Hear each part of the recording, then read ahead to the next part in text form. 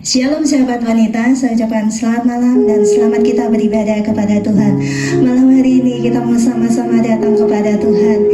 Kita mau angkat satu pujian bagi Tuhan. Haleluya.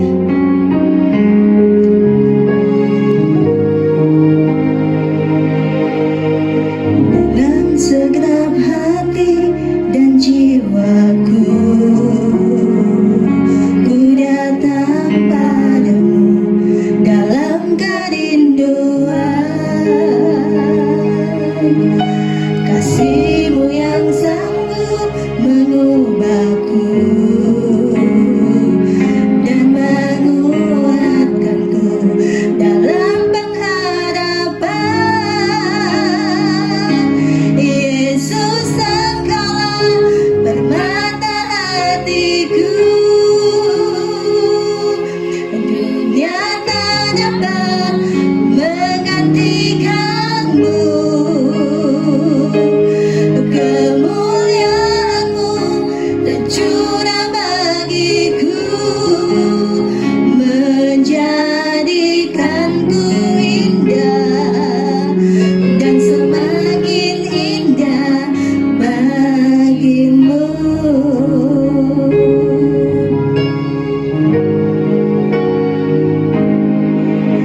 Dengan segenap hati dan jiwaku, ku datang padamu dalam kerinduan. Kasih-Mu yang sanggup mengubahku dan menguatkanku dalam pengharapan. Yesus, Engkaulah permata hatiku. Dunia tak dapat menggantikan-Mu. Kemuliaan-Mu tercurah bagiku, menjadikanku indah dan semakin indah. Yesus, Engkaulah permata hatiku. Dunia tak dapat menggantikan-Mu. Kemuliaan-Mu tercurah bagiku, menjadikanku indah dan semakin indah. Yesus, Engkaulah permata hatiku. Dunia tak dapat menggantikan-Mu. Kemuliaan-Mu tercurah bagiku, menjadikanku indah dan semakin indah bagimu. Jadikanku indah dan semakin indah bagimu. Jadikanku indah dan semakin indah bagimu. Kami mengucap syukur kepada-Mu Tuhan buat malam hari ini, karena kami tahu bahwa Engkaulah permata hati di dalam setiap hidup kami. Terima kasih Tuhan buat malam hari ini kami boleh datang kepada-Mu, kami boleh memuji memuliakan nama-Mu Tuhan. Terima kasih Tuhan, kami percaya pujian yang sudah kami naikkan boleh menyenangkan hatinya Tuhan. Jika sebentar Tuhan kami tidak mendengarkan firman-Mu, mari buka hati kami Tuhan, supaya setiap benih firman-Mu yang jatuh di tanah hati kami boleh tumbuh dan boleh berbuah-buah di dalam kehidupan kami. Terima kasih Tuhan, kami bersyukur di dalam nama Yesus Tuhan kami berdoa. Haleluya, amin. Hari ini saya tetap berbicara tentang pembunuhan karakter. Selama 2 minggu berturut-turut kita sudah belajar. Yang pertama, pembunuhan karakter bisa terjadi karena kemarahan orang tua, ya. Mama yang emosi, kata-katanya bisa membunuh karakter anak-anak, ya. Yang kedua, kita belajar pembunuhan karakter itu bisa terjadi karena memanjakan, ya. Dari kecil diturutin keinginannya, apa saja yang ingin dia lakukan diperbolehkan, nggak pernah diajari, begitu ya. Dan hari ini saya lebih jelas lagi, saya akan berbicara tentang cara didik yang salah itu bisa membunuh karakter.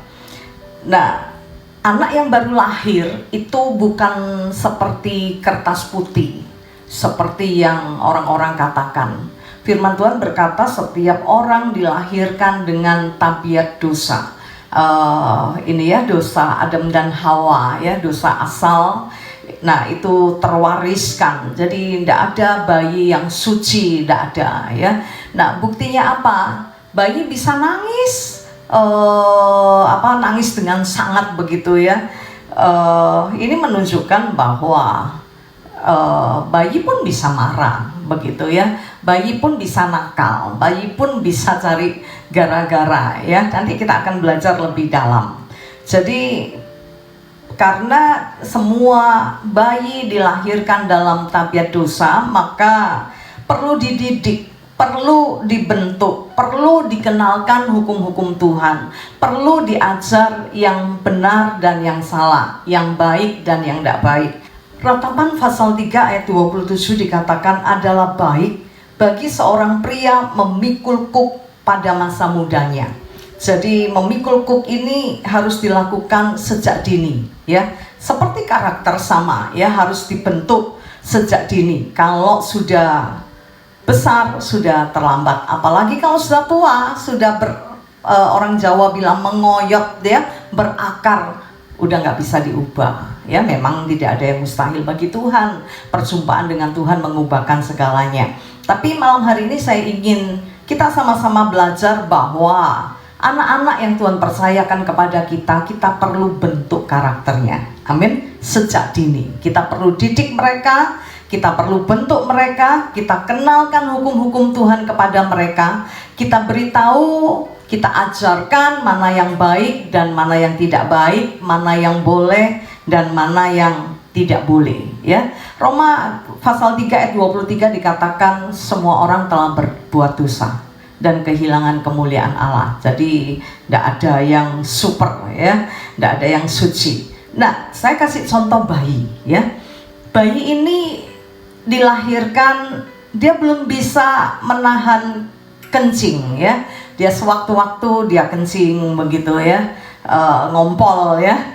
Tetapi saya bersyukur Tuhan kasih saya orang-orang yang luar biasa. Ibu rohani saya mengajarkan kepada saya ketika saya memiliki anak bahwa anak itu harus dididik, ya, harus diajar. Nah, begitu juga dengan urusan ompol, ya. Itu bisa disiasati. Kita bisa tatur anak kita. Saya sampai kaget ketika ibu rohani saya berkata bahwa anak itu bisa ditatur, ya, harus dikencingin supaya dia nantinya dia nggak ngompol, begitu ya. Saya tanya dari kapan? Ya, sejak dini, begitu ya. Gimana caranya? Beliau ajarkan saya. Saya bersyukur untuk Ibu Deborah yang ajarkan saya dalam hal urusan ngompol ini, ya. Banyak yang beliau ajarkan, ya. Masa inkubasi anak, di mana anak dia bisa berpikir dengan cepat. Nah, itu perlu diisi sebanyak-banyaknya nanti jadi anak yang pintar. Nah, soal ngompol, begitu ya, itu bisa ditatur, ya. Habis minum susu dikencingin, gitu ya. Nah, saya diajar caranya gini. Nah, ini sudah tidak pernah dilakukan oleh mama-mama zaman sekarang, ya, udah males. Tapi saya dulu melakukan itu, ya. Jadi dari mulut kita begitu, ayo pipis sayang, gitu ya, gitu ya. Anak-anak rohani saya juga ajarkan itu sehingga anak-anak tidak ngompol, begitu ya. Nah, saya nggak suka anak pakai pampers, ya, apalagi, ya, memang praktis sih, begitu ya. Tapi kasihan, menurut saya kasihan. Saya sempat pakein anak saya pampers ya, kalau pergi kita kasih pampers ya supaya nggak ribet begitu. Tapi ketika saya melihat dia mulai jalan ya, anak saya cepat sekali perkembangannya. 9 bulan dia udah terantan-terantan, udah mulai jalan begitu ya. Nah, ketika dengan pampersnya saya lihat jalannya kasihan mekokok begitu.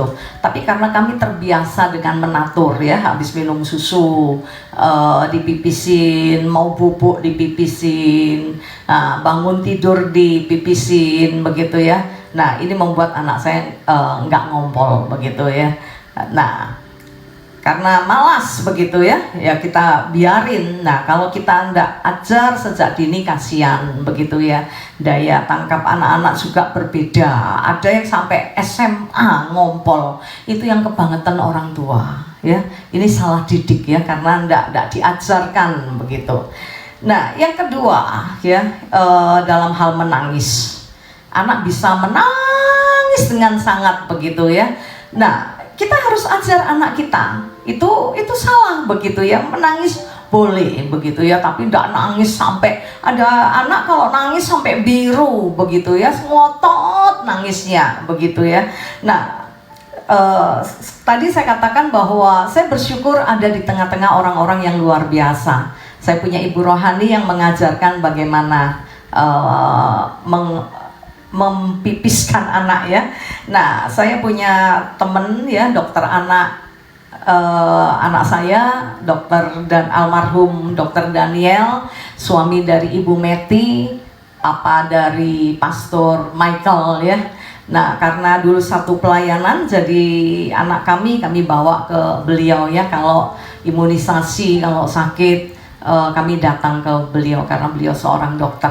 Nah, awal kami datang, beliau ajarkan, beliau berkata demikian, ini anak pertama loh ya, anak pertama ini seneng-senengi gitu ya, jadi suka digendong, siapa saja pasti suka menggendongnya, entah itu orang tua, entah itu kakek nenek, emak engkongnya pasti suka gendong. Nah, jangan biasakan tradisi gendong ini akan membuat anak rewel begitu ya. Bukan tidak boleh gendong anak, tidak boleh berlebihan, titik-titik baru dia gitu langsung digendong, tidak boleh, nanti rewel. Bahkan beliau kasih jurus begitu ya, kalau anak nangis, kalau pagi dia boleh nangis setengah jam, tidak apa-apa, itu latihan jantung, malah nanti jantungnya jadi bagus ya, bekerja dengan baik. Nah, tapi apa yang harus kita lakukan ketika anak kita menangis? Coba lihat jam, jangan-jangan jamnya minum susu. Kalau dia menangis, perhatikan keadaannya, mungkin dia pipis, mungkin dia buang air besar. Nah, kalau itu terjadi, kita harus rawat mereka ya. Kalau pipis ya kita gantiin celananya, jangan dibiarkan nanti masuk angin. Kalau buang air ya kita bersihkan begitu ya. Nah, kalau tidak ada apa-apa, kadang bayi memang nakal gitu ya, dia nangis begitu. Nah, ketika dia nangis kita tidak boleh cepat-cepat gendong ya. Tadi udah saya katakan, kalau pagi boleh setengah jam, kalau malam 10 menit biarin gitu ya. Pokoknya dilihatin, oh ndak waktunya minum susu, oh ndak ngompol, oh ndak ya udah biarin begitu ya, jangan digendong. Nanti itu membuat bayi manja. Kenapa? Banyak orang tua sambatan ya, aduh nggak bisa tidur malam, rewel begini. Anak saya nggak pernah rewel begitu ya, karena dididik dari dini begitu ya, dari dia lahir kami pengen gendong ya, selalu pengen gendong, tapi kami menahan diri gitu ya. Nah, anak itu juga terlatih ya, oh nggak mempan ini senjatanya, pengen digendong, udah nangis tapi dibiarin. Bukan biarin anak ya, saya bukan tipe orang yang suka biarin anak, enggak gitu ya. Saya sangat peduli dengan anak, saya sangat perhatian dengan anak, tapi jurus yang diajarkan oleh almarhum Dr. Daniel ini kami praktekkan, dan anak kami bertumbuh baik, dia tidak rewel ya.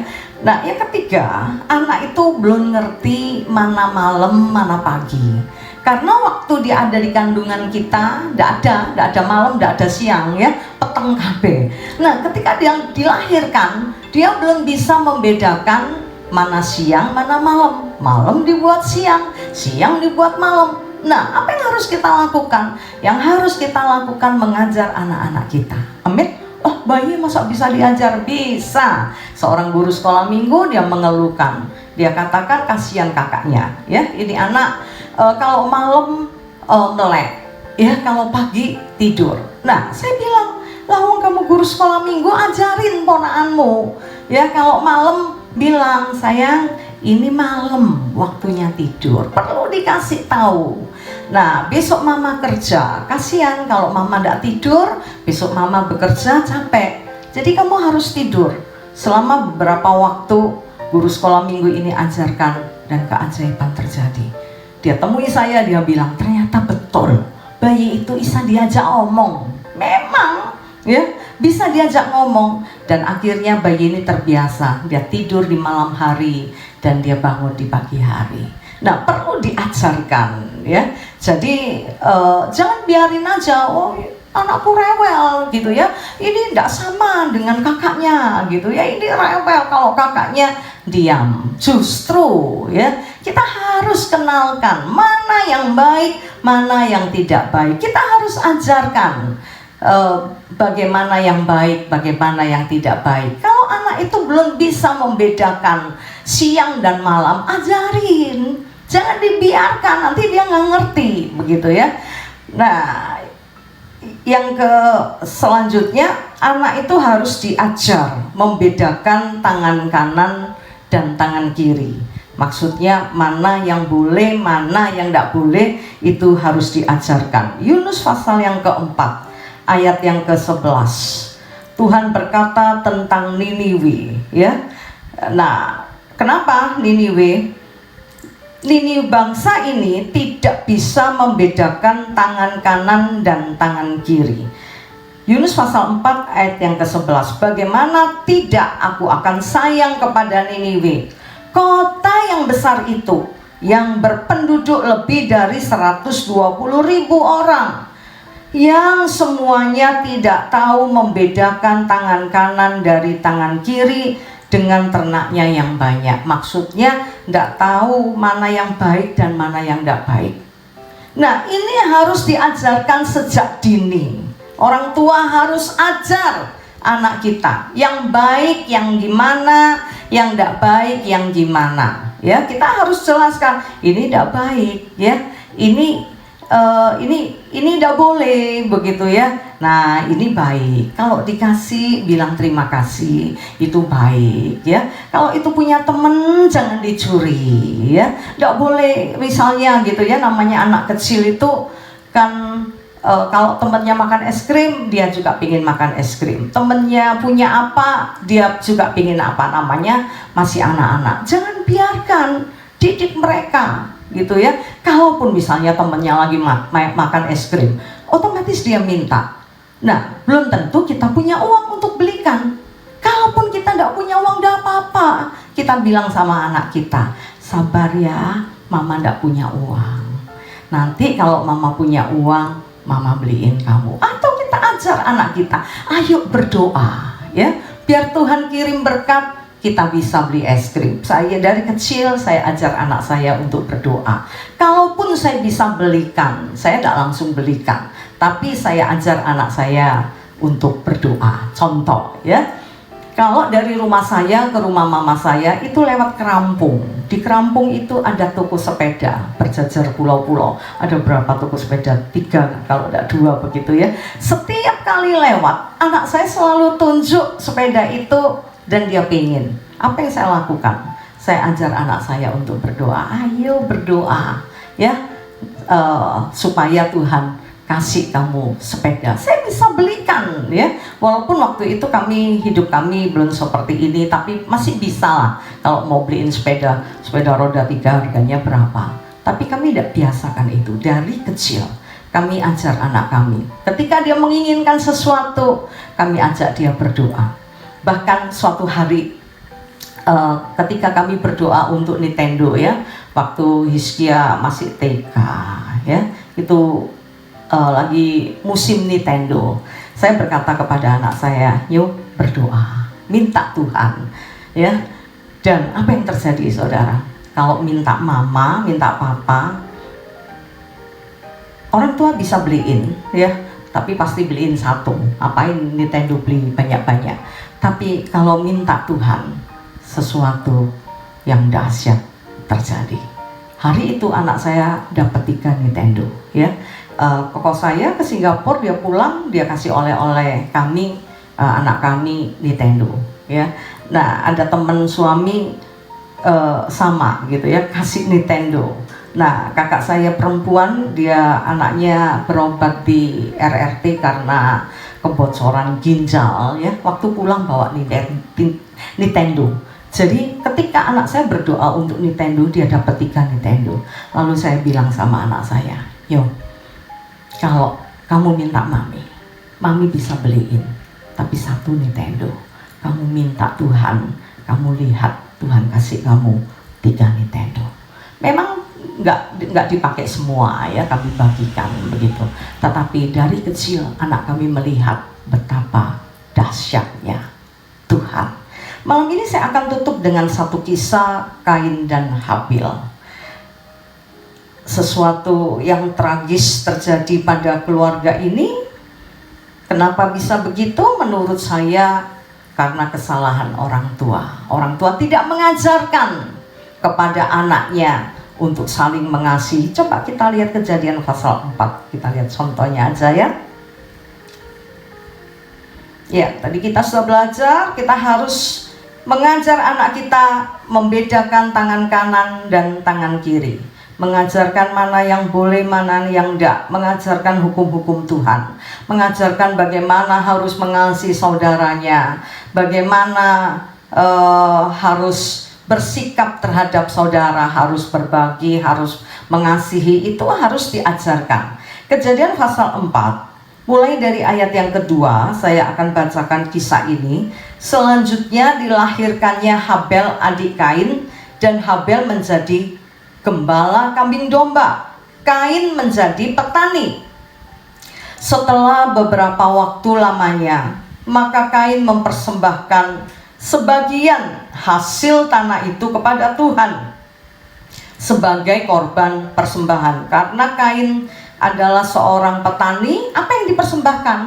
Yang dia punya, yang dia miliki, dia persembahkan kepada Tuhan. Dia punya tanaman, hasil tanah, begitu ya. Karena dia seorang petani, ya itu yang dia kasih ke Tuhan. Salahkah ini? Enggak, gitu ya. Bahkan bagus sekali. Apa yang dia punya, dia berikan kepada Tuhan. Banyak orang punya, tapi eman kalau dikasih Tuhan. Saya bilang sama Kak Nani, Kak gelem donyoi kalong ya, ndak pengen berkurang hartanya. Ya banyak orang seperti ini. Tapi Kain ini baik, dia mempersembahkan hasil tanahnya kepada Tuhan sebagai korban persembahan. Ayat 4. Habel juga mempersembahkan korban persembahan dari anak sulung kambing dombanya, yakni lemak-lemaknya. Maka Tuhan mengindahkan Habel dan korban persembahannya itu. Kain tadi mempersembahkan hasil tanah karena dia seorang petani. Habil dia seorang peternak. Apa yang dia persembahkan? Dia persembahkan kambing dombanya. Dia persembahkan anak sulung dari kambing dombanya. Apa Habil lebih baik dari Kain? Tidak, ya. Karena dia petani, ya karena dia penggembala, ya dia persembahkan kambing dombanya. Tidak ada yang salah dalam hal ini. Di ayat yang kelima, tetapi Kain dan korban persembahannya tidak diindahkan. Nah, Habel mempersembahkan kambing dombanya yang sulung, anak kambing domba yang sulung, lemaknya dikasih ke Tuhan. Tuhan senang, Tuhan menerima persembahan dari Habel, tapi Tuhan tidak mengindahkan, tidak ngereken ya. Persembahan yang diberikan oleh Kain tidak dilihat oleh Tuhan. Sampai di sini adakah yang salah? Tidak ada ya. Kain juga tidak pengen persembahannya tidak diterima oleh Tuhan, apalagi dicuekin oleh Tuhan. Tetapi disinilah letak permasalahannya. Karena persembahan Kain tidak diindahkan, lalu hati Kain menjadi panas dan mukanya muram. ndak enak hati si Kain ini karena persembahannya ndak diterima, hatinya panas. Ayat 6, firman Tuhan kepada Kain. Yang datang Tuhan, ya. Tuhan bertanya kepada Kain, mengapa hatimu panas dan mukamu muram? Di mana mamanya? Harusnya ini persembahan pertama yang diberikan oleh Kain dan Habil. Karena itu dicatat di Alkitab ini. Coba lihat ayat 3. Ini persembahan pertama. Seharusnya mama mendampingi mereka. Seharusnya papa juga mendampingi mereka. Karena mereka belum pernah. Mereka harus ada di sana. Tapi lihat apa yang terjadi, nggak ada papa mama mereka di sana. Sehingga ketika persembahan Kain tidak diterima oleh Tuhan, orang tua bisa jelaskan, ayo kita belajar, ayo Kain kamu belajar. Ternyata Tuhan suka persembahan berupa ternak, berupa kambing domba. Tuhan suka lemak. Karena itu persembahan adikmu diterima. Kamu tidak boleh marah ya. Lain kali kamu persembahkan kambing domba. Karena tidak ada orang tua yang mengarahkan. Maka apa yang dilakukan oleh Kain? Hati Kain panas. Di ayat yang ke-7, Tuhan berfirman kepada Kain, adakah mukamu tidak akan berseri jika engkau berbuat baik? Tetapi jika engkau tidak berbuat baik, dosa sudah mengintip di depan pintu. Ia sangat menggoda engkau, tetapi engkau harus berkuasa atasnya.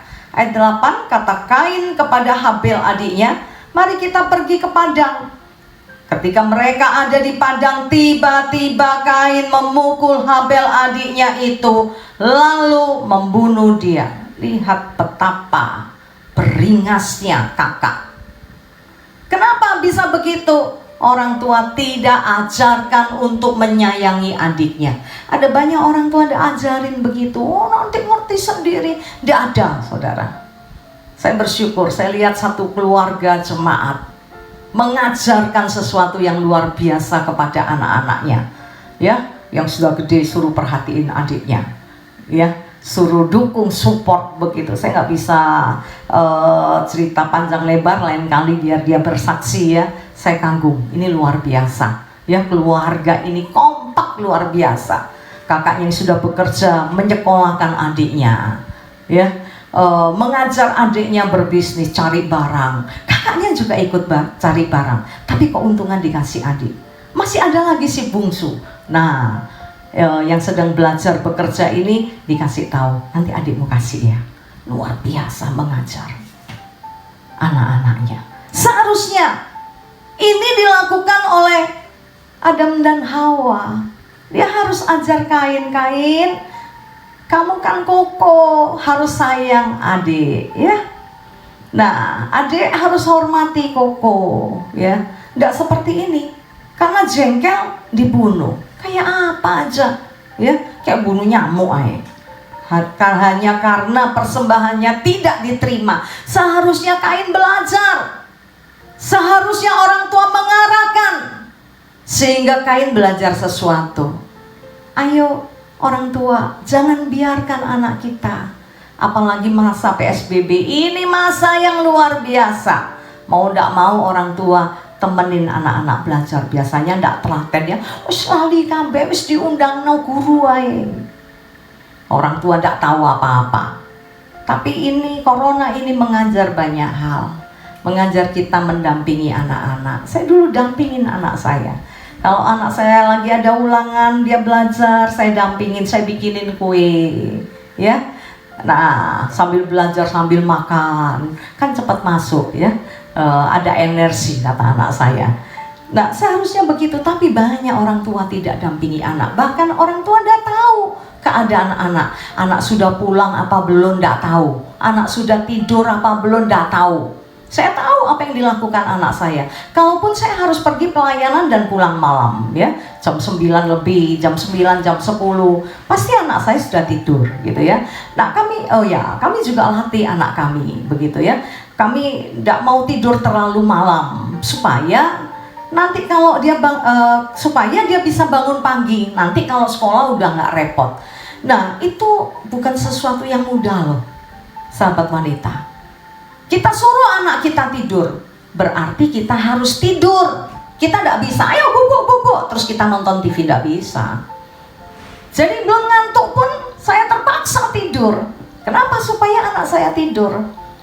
Dan itu menjadi gaya hidupnya, ya. Jam 9 udah Indonesia bagian barat ya, udah ngantuk.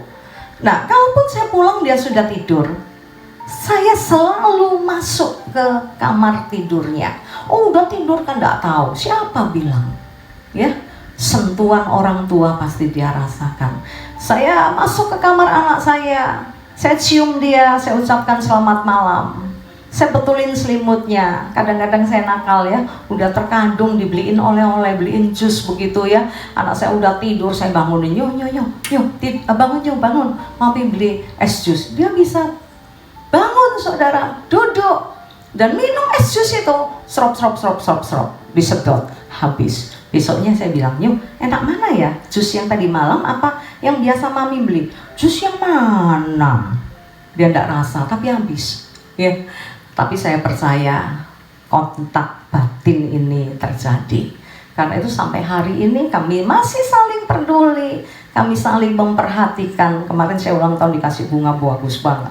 Ya, hari ini bunganya udah pada ndak karuan begitu ya. Satu ke sana, satu ke sini, udah merunduk. Tapi buat saya lihat bunga itu tetap indah. Kenapa? Pemberian dari seorang yang sangat saya cintai dan mencintai saya. Tak liatin terus itu bunga, bahagia rasanya hati ini, gitu ya. Nah, kita nggak boleh biarkan anak-anak kita, ya. Ibu-ibu, mama, perhatikan anak-anak kita. Jangan sampai kita tidak tahu, udah pulang belum ya? Tidak tahu, gitu ya. Apa yang dibuat anak? Tidak tahu. Masih sekolah apa enggak? Tidak tahu. Saya pernah, ya memang Tuhan ini baik. Sebagai gembala, Tuhan selalu tunjukkan keadaan domba-dombanya ya. Walaupun secara tidak langsung. Suatu hari anak seorang jemaat dia udah keluar dari sekolah. Tapi karena Tuhan sayang ya, anak saya les, panjang ceritanya. Singkat cerita saya tahu anak ini udah tidak sekolah. Saya kasih tahu orang tuanya. Orang tuanya marah. Cici ini tidak suka sama saya, selalu negative thinking. Oke, supaya jelas, gimana kalau kita besok ke sekolah anakmu? Saya anter, saya temani, gitu ya. Singkat cerita ternyata benar, anaknya udah tidak sekolah 6 bulan. Bayangin, seorang ibu tidak tahu anaknya sudah 6 bulan tidak sekolah, kebangetan. Memang namanya anak itu ya, ada nakal. Saya sudah didik anak saya baik, didik dengan benar-benar begitu. Tapi namanya anak ya, pasti ada kelemahan begitu ya, ada kenakalan. Saya antar sendiri anak saya yang sudah SMA ini ke sekolahnya, naik motor. Begitu sampai di rumah, apa yang terjadi? Ada telepon dari sekolah. Anak ibu tidak masuk. Lu tidak masuk gimana? Wong tadi tak anter kok. Ternyata dia naik becak main game. Namanya anak. Ada nakalnya, ya. Ono bleset, yang dididik aja bleset. Apa menesi nggak dididik? Tapi untung kami sekolahkan anak di sekolah yang baik. Begitu dia tidak masuk, ketahuan. Langsung ditelepon orang tua, ditelepon. Kita cari itu anak. Nangdi, gitu ya. Ternyata ketemu di tempat main game begitu. Nah, kalau kita tidak perhatikan, kita akan kehilangan mereka. Ada banyak orang tua tidak peduli, tidak care begitu. Udah besar kok, ya. Mosok sampai besar, namanya anak. Itu anak SMA loh, saudara. Anak saya itu SMA. Bisa naik becak, buat jatuh tidak jauh dari pohonnya. Kenapa anak saya bisa begitu? Saya dulu maminya juga gitu. Bolos sekolah, nonton bioskop, ajak teman-teman sekelas nonton bioskop. Nah, anakku yang bolos ya, karena aku dulu bolos. Nah, setelah itu saya minta ampun kepada Tuhan. Tuhan, ampuni, patahkan segala kutuk ya. Hati-hati loh, buat jatuh tidak jauh dari pohonnya. Kok bolos anakmu? Mending bolos ya. Anak saya gemuk, jalan kaki capek, naik becak dia ke tempat game. Lah, tidak tahu caranya gimana. Padahal kan ada satpam di depan sekolah ya, tapi dia bisa ucul. Oke, kita kembali Kain dan Habil. Perhatian perlu ada dari kita untuk anak-anak kita. Apalagi ketika anak-anak kita ada di dalam masalah, kita harus dampingi mereka, kuatkan mereka, doakan mereka, support mereka dengan doa-doa kita. Saya percaya anak kita menjadi anak yang kuat, menjadi pribadi yang hebat, dan anak kita akan dipakai Tuhan di dalam hidupnya. Mari kita berdoa. Ada banyak kali kita kehilangan event-event yang baik, sehingga suatu hari kita mendapati anak-anak kita menjadi pribadi yang tidak baik, seperti apa yang terjadi pada Kain. Kenapa dia menjadi brutal seperti itu? Hanya karena persembahannya tidak diterima oleh Tuhan. Dia bunuh adiknya. Karena tidak ada orang tua yang peduli. Bahkan setelah Habil mati tidak diceritakan di Alkitab ini, Hawa mencari Habel. Bukankah seringkali kita berlaku demikian terhadap anak-anak kita? Kita pikir dia sudah besar, dia bisa atur dirinya. Setidaknya malam hari ini mari kita belajar kawal anak-anak kita di dalam doa-doa kita, supaya anak kita tetap ada di dalam pengawasan Tuhan, supaya Tuhan menjaga anak-anak kita. Sebaik apapun kita jaga anak kita bisa terlelap, kita bisa kecolongan. Tapi kalau Tuhan yang jaga, amanlah anak kita. Hamba-Mu sudah sampaikan kebenaran firman-Mu, dan hamba-Mu berhenti berbicara. Kami percaya Roh Kudus-Mu akan terus berbicara kepada setiap sahabat wanita. Kalau ada hal yang salah yang kami lakukan selama ini, tolong kami untuk kami berbenah Tuhan. Beri kami petunjuk-Mu untuk kami mendidik anak dan cucu kami. Tuhan, jangan biarkan kami merusak karakter mereka. Jangan biarkan kami tidak bisa membawa mereka menjadi pribadi yang baik. Dan pada akhirnya, apa yang Tuhan percayakan ini hancur. Tapi kami berdoa malam hari ini biar pemulihan terjadi. Kalaupun kami sudah salah, kami bersyukur kami punya Tuhan yang hebat. Tuhan yang tidak pernah terlambat menolong kami. Tuhan yang mampu melakukan segala sesuatu, dan tidak ada yang mustahil bagimu. Hikmat-Mu atas kami sahabat wanita, otoritas-Mu, wibawa-Mu atas kami semua, sehingga kami mampu mendidik anak-anak kami dan membawa anak-anak kami takut akan Tuhan, sehingga mereka punya karakter yang bisa diandalkan, memiliki karakter yang tidak baik. Kalaupun kami salah, Tuhan, kami percaya Engkau Allah yang memulihkan anak-anak kami, menjadikan anak-anak kami baru. Terima kasih Bapak, terima kasih. Hamba-Mu selesai berbicara, Roh Kudus-Mu terus berbicara kepada setiap kami, membawa kami kepada kesempurnaan. Karena itu, sebelum kami selesaikan ibadah kami angkat tangan ke surga. Kami terima berkat rahmat dan anugerah dari Allah Bapa, di dalam cinta kasih dari Putra-Mu yang terkasih Tuhan kami Yesus Kristus, dan di dalam persekutuan dengan Roh Kudus menyertai kami, mulai hari ini sampai Maranatha, Tuhan datang kembali.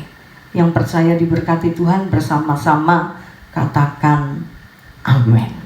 Selamat malam dan Tuhan memberkati.